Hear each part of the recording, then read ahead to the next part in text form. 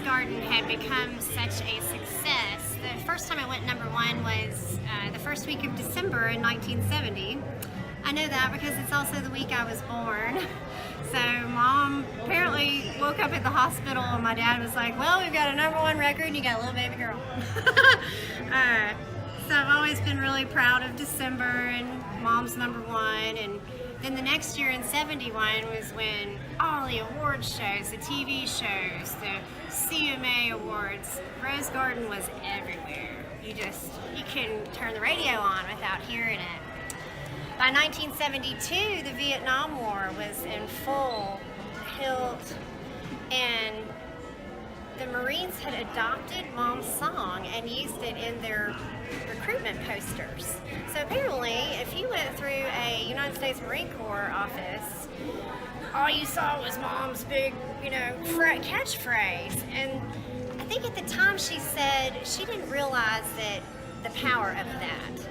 And she said that some of the shows, when she would go into Rose Garden, that a lot of the servicemen would stand. And she was seeing that part of it, but she didn't realize that there was an actual base in Vietnam, in Thailand, called the Rose Garden. And these guys had been recruited under that song. They got there at the base, which was in the middle of the jungle, in the pits of cobras. It was hotter than Hades. And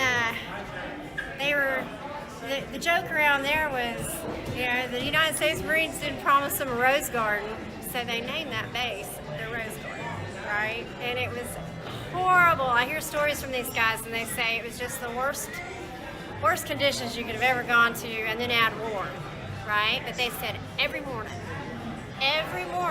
they played Mom's song over the speakers. It was a morale booster. Said half the time when the rain came, it's got to be a little rain sometime along with the sunshine.